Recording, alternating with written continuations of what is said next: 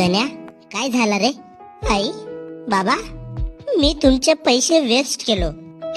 तुम्ही मला शिक्षणासाठी पैसे लावल्या.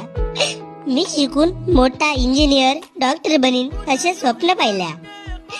पण मी तुमच्या स्वप्नांवर पाणी फिरलो आई. मी अभ्यास केलो, खूप केलो, पण बाबा मी नाही करू शकलो.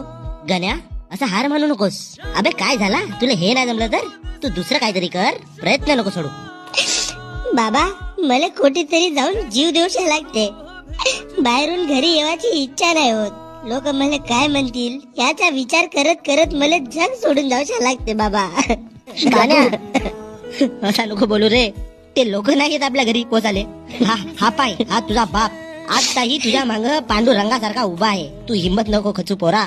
बाबा तुमचा मित्र तुम्हाला घरी येऊन सांगत होता ना का तुझा पोरगा मुंबई पुणे मधून शिकून आला आणि आता गावी येऊन घरी बसलाय. आई बाबा मी बहुत डिप्रेशन मध्ये गेलो आहो. मी मरून जाईन यार.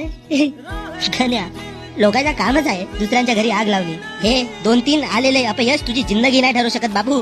तू उठ गण्या, पुन्हा मेहनत कर. असा काय कर का हेच 4 लोक तुला खांद्यावर घेतील.